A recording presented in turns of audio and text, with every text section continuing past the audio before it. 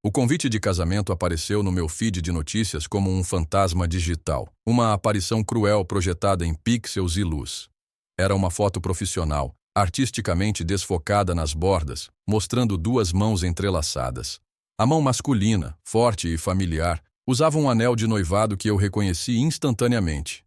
Eu o comprei. Eu escolhi a pedra, um topázio azul, porque combinava com a cor dos olhos dela quando ela ria.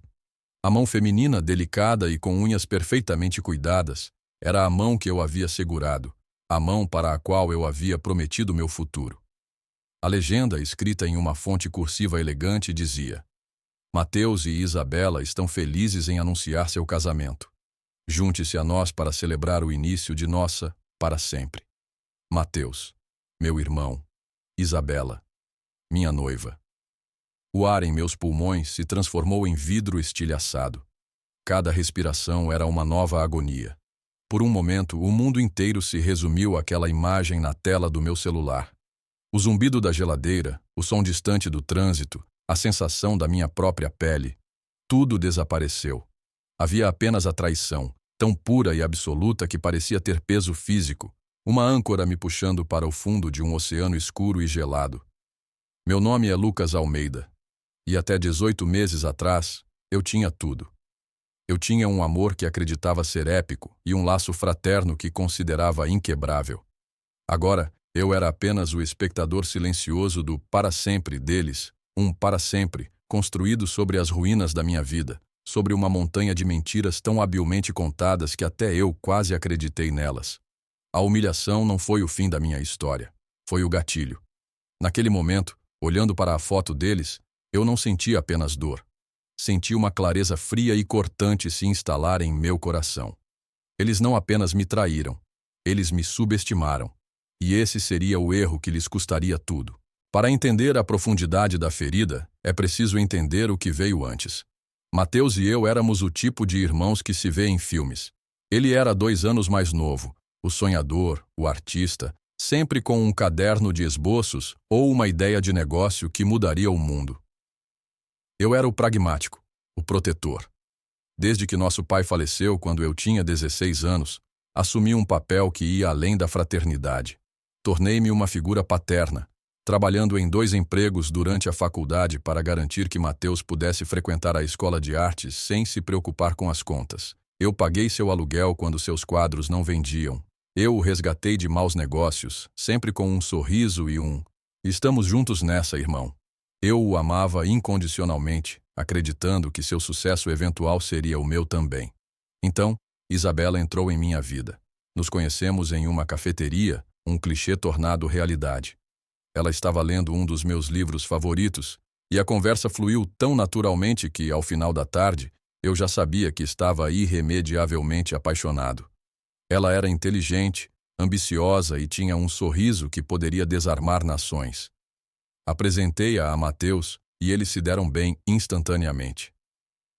Ela é perfeita para você, Lucas, ele me disse, e eu acreditei. Nosso relacionamento de 5 anos foi um turbilhão de felicidade. Viajamos, construímos uma vida juntos, fizemos planos. Eu a apoiei enquanto ela abria sua própria boutique de design de interiores, investindo minhas economias pessoais como capital inicial. O negócio prosperou, e eu não poderia estar mais orgulhoso. Quando a pedi em casamento no topo de uma montanha ao nascer do sol, com o anel de topázio azul em mãos, a resposta dela foi um sim, tão cheio de alegria que ecoou pelo vale. O início do fim foi sutil, um fio solto em uma tapeçaria perfeita. Cerca de 6 meses após o noivado, Isabela começou a ficar distante. Nossas conversas se tornaram tensas. Ela fazia perguntas estranhas sobre minhas finanças, sobre minha relação com o dinheiro, insinuando que eu talvez estivesse sendo irresponsável. Fiquei confuso. Eu sempre fui meticuloso com minhas economias, planejando nosso futuro. Ao mesmo tempo, Mateus começou a passar mais tempo com ela. Só estou ajudando com a nova identidade visual da loja dela, ele dizia. Parecia inocente. Ele era um designer talentoso e eu confiava nele. Ele me dizia que Isabela estava apenas estressada com o trabalho e o planejamento do casamento. Dê um espaço a ela, cara. Ela te ama. Ele me tranquilizava. A mentira que me destruiu foi uma obra-prima de crueldade. Mateus, meu próprio irmão, plantou a semente. Ele disse a Isabela que eu tinha um segredo terrível, um vício em jogo. Ele fabricou uma história elaborada, dizendo que eu havia acumulado uma dívida enorme e que estava secretamente desviando dinheiro da empresa onde eu trabalhava como gerente financeiro para cobrir minhas perdas. Ele forjou extratos bancários, criou e-mails falsos de agiotas. Ele usou meu conhecimento limitado de pôquer online, algo que eu fazia como hobby com amigos uma vez por mês, e o transformou em uma dependência sombria e destrutiva. Ele foi até Isabela com lágrimas nos olhos, fingindo estar devastado. Eu tentei falar com ele, Isa. Tentei ajudá-lo, mas ele não me ouve. Ele está mentindo para você, e eu não posso mais ver isso acontecer. Ele a convenceu de que eu não era o homem estável e confiável que ela pensava, mas um mentiroso compulsivo que a arrastaria para a ruína financeira. A semente da dúvida, regada pela manipulação dele, floresceu em medo e desconfiança no coração dela. A confrontação final foi brutal. Isabela me sentou em nossa sala de estar, a mesma sala onde planejamos nosso futuro, e me acusou. Ela jogou os extratos falsos na mesa de centro. Como você pôde, Lucas? Como pôde mentir para mim sobre tudo isso? Eu fiquei chocado, sem palavras. Isso não é real. De onde você tirou isso? Mateus me mostrou, ela disse, sua voz quebrando. Ele tentou te proteger, mas ele não podia mais mentir por você. Naquele momento, tudo se encaixou. A distância dela, as perguntas estranhas, o tempo que Mateus passava com ela, era uma conspiração. Tentei me defender, neguei tudo, implorei para que ela acreditasse em mim. Mostrei a ela meus extratos bancários reais, meu histórico de crédito impecável. Mas a narrativa de Mateus era mais convincente. Ele era o irmão preocupado, eu era o viciado em negação. Eu não posso me casar com um mentiroso, ela disse, tirando o anel de topázio azul e colocando-o na mesa. Acabou, Lucas. Fiquei devastado. Tentei falar com Mateus, mas ele se recusou a atender minhas ligações. Quando finalmente o encurralei, ele representou o papel do mártir. Eu sinto muito, Lucas. Eu tive que contar a ela a verdade. Eu não podia deixá-la se casar com você sob falsas pretensões. Ele me difamou não apenas para Isabela, mas para nossos amigos em comum, para nossa família distante. A história se espalhou. Lucas, o cara certinho, tinha um lado sombrio. Ele arruinou minha reputação e roubou meu futuro. Fui demitido do meu emprego sob uma nuvem de suspeita, mesmo que nenhuma prova de desvio tenha sido encontrada. Mudei-me para um pequeno apartamento do outro lado da cidade, quebrado em todos os sentidos da palavra. E enquanto eu juntava os cacos da minha vida, Mateus, o Salvador, estava lá para consolar Isabela. O ombro amigo, o homem que a salvou de mim. A transição deles de amigos para um casal foi rápida e, aos olhos de todos, perfeitamente natural. Eu passei o ano seguinte em um nevoeiro de dor e confusão. Perdi peso, perdi o sono, perdi a esperança. A visão do convite de casamento deles foi o choque elétrico que meu coração precisava para começar a bater novamente, mas com um ritmo diferente. Não era mais um ritmo de amor ou tristeza. Era um tambor de guerra, frio, metódico e paciente. O ponto de virada não foi uma epifania dramática, mas uma lembrança silenciosa. Em meio à minha depressão, eu estava limpando um antigo disco rígido externo, pensando em apagar tudo e começar de novo, quando me deparei com uma pasta antiga chamada Backup da Família. Era algo que eu havia criado anos atrás, sincronizando automaticamente arquivos de um antigo laptop da família que todos nós usávamos. Por curiosidade ociosa, comecei a navegar pelos arquivos. E então eu vi uma subpasta com o nome de Mateus. Dentro, havia dezenas de arquivos de design, seus antigos projetos de arte. E enterrado entre eles um arquivo chamado Projeto Isa Rascunhos. Meu coração parou. Abri o arquivo e encontrei o que só posso descrever como o roteiro da minha destruição. Eram versões iniciais dos extratos bancários falsos, modelos de e-mail dos agiotas, notas detalhadas sobre minha rotina, meus hábitos, minhas finanças, informações que só um irmão saberia. Havia até mesmo conversas de texto entre ele e Isabela, de muito antes do nosso término. Mateus. Ele nunca vai te dar a vida que você merece. Ele é muito cuidadoso, muito chato. Isabela. Ele é bom para mim, Mateus. Mateus. Bom não paga por uma casa em um bairro nobre. Eu posso te dar mais. Nós podemos ter mais. Era tudo ali, em preto e branco. Não foi um caso de Isabela sendo enganada. Ela foi uma participante disposta, seduzida pela promessa de uma vida mais glamourosa que Mateus, de alguma forma, a convenceu de que poderia oferecer. A dor que senti foi ofuscada por uma onda de fúria gelada.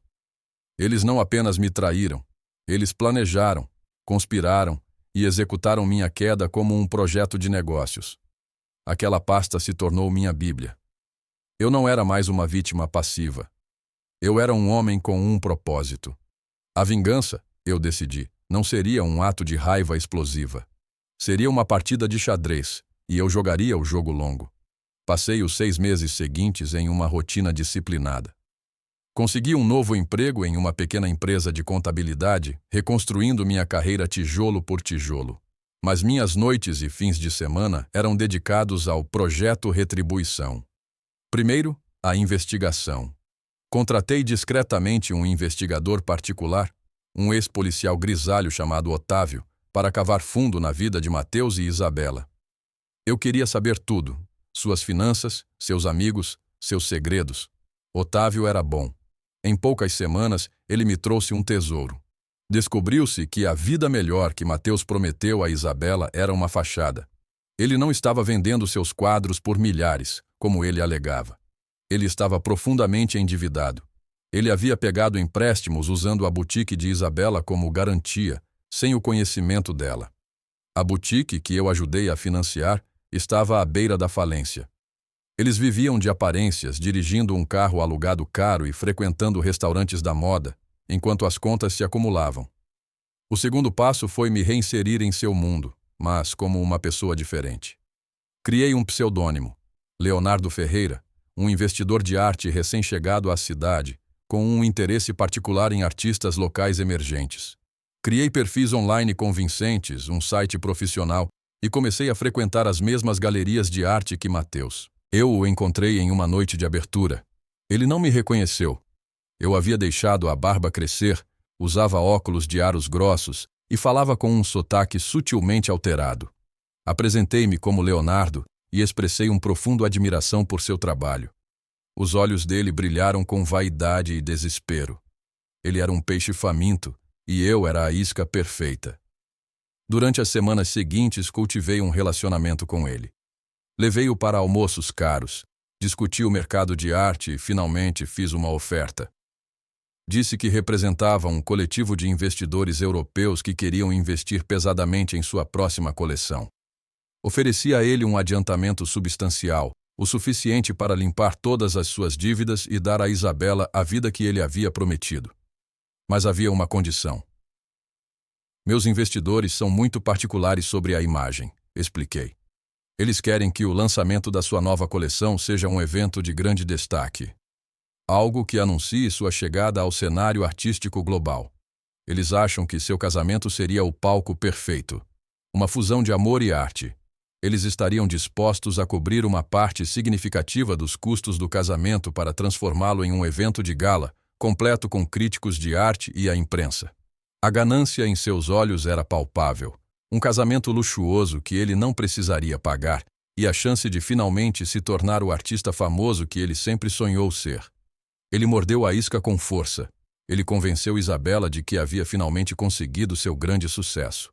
Eles mergulharam de cabeça no planejamento do casamento mais extravagante que seu crédito recém-adquirido, graças ao adiantamento que eu forneci através de uma conta offshore, poderia comprar. Enquanto eles planejavam sua festa, eu planejava a minha. O dinheiro que eu dei a eles era real, uma parte significativa das minhas economias.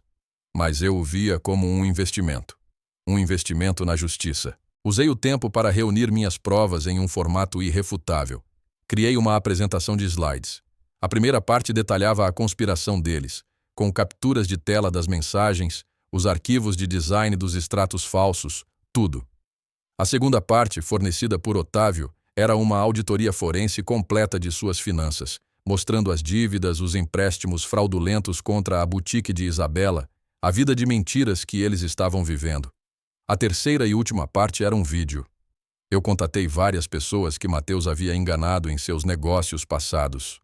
Gravei depoimentos deles, cada um contando uma história de manipulação e promessas quebradas. O casamento deles foi marcado para um sábado ensolarado de outubro, em uma vinícola histórica nos arredores da cidade. Era o cenário perfeito para um conto de fadas e para a sua queda. Eu não precisava de um convite. Afinal, como Leonardo Ferreira, o generoso patrono das artes, eu era o convidado de honra. O dia do casamento foi uma obra de arte da pretensão. Isabela estava deslumbrante em um vestido que provavelmente custou mais do que meu aluguel de 1 ano. Mateus, em seu smoking feito sob medida, parecia o epítome do sucesso. Eles flutuavam pelo salão, recebendo os parabéns de amigos e familiares que, 18 meses antes, me olhavam com pena e desprezo. Eu os observei de longe, meu coração batendo calmamente, uma ilha de serenidade no mar de sua felicidade fabricada.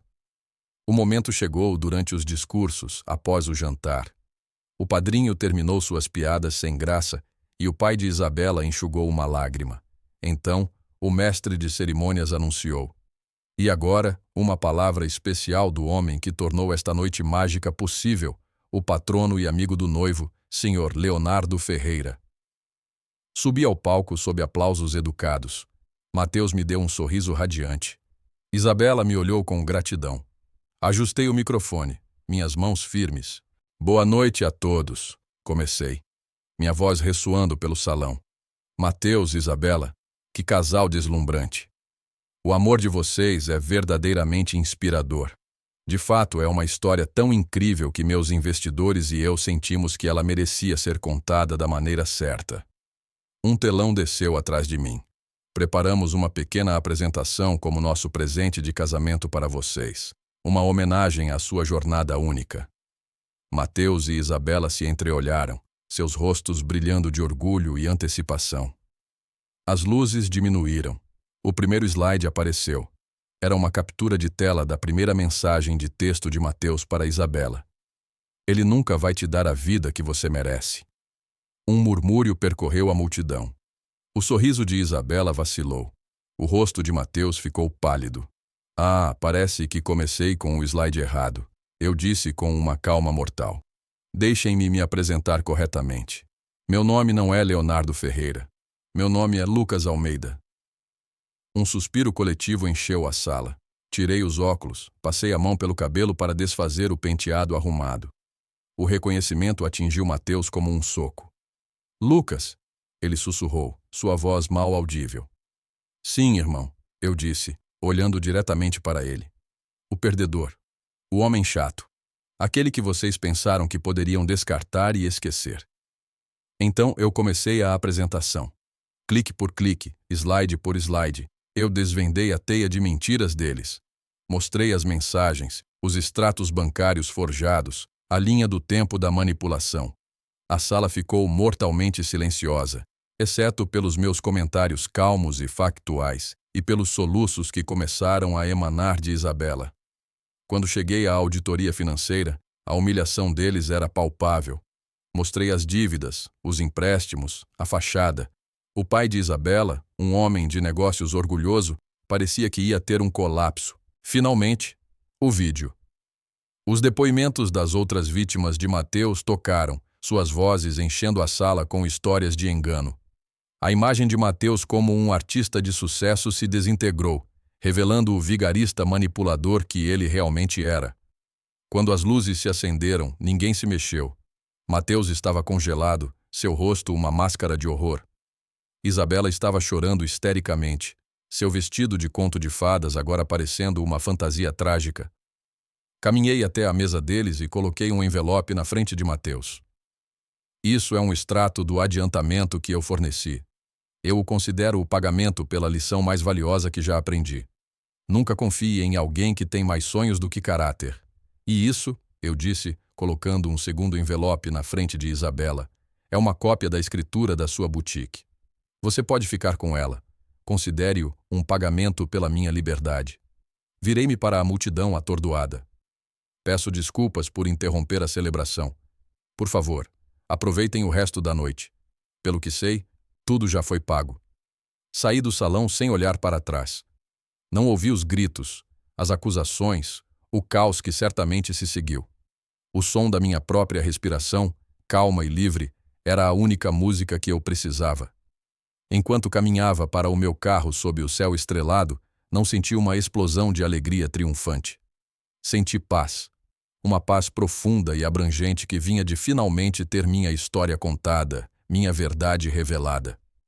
Nos dias e semanas que se seguiram, as consequências foram, como esperado, catastróficas para eles. O casamento foi anulado. O pai de Isabela, furioso e humilhado, a renegou e usou sua influência para garantir que a reputação de Mateus fosse permanentemente manchada na comunidade empresarial e artística. A boutique dela faliu.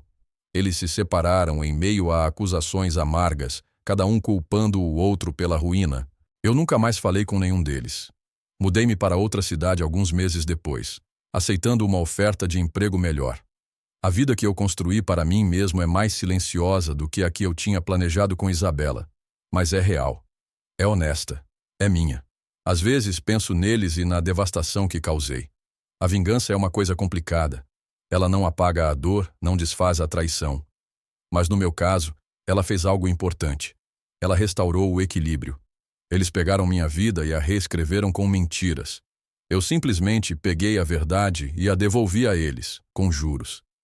Eles queriam uma vida de conto de fadas construída sobre uma fundação podre. No final, eles conseguiram exatamente o que mereciam, um final infeliz para sempre.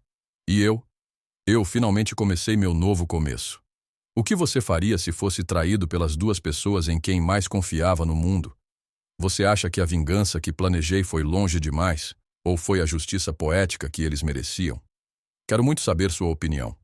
Se você gostou desta história de reviravolta e superação, por favor, clique em curtir para nos mostrar seu apoio. E não se esqueça de se inscrever no canal. Assim você não perde nenhuma história emocionante que postamos diariamente aqui no canal.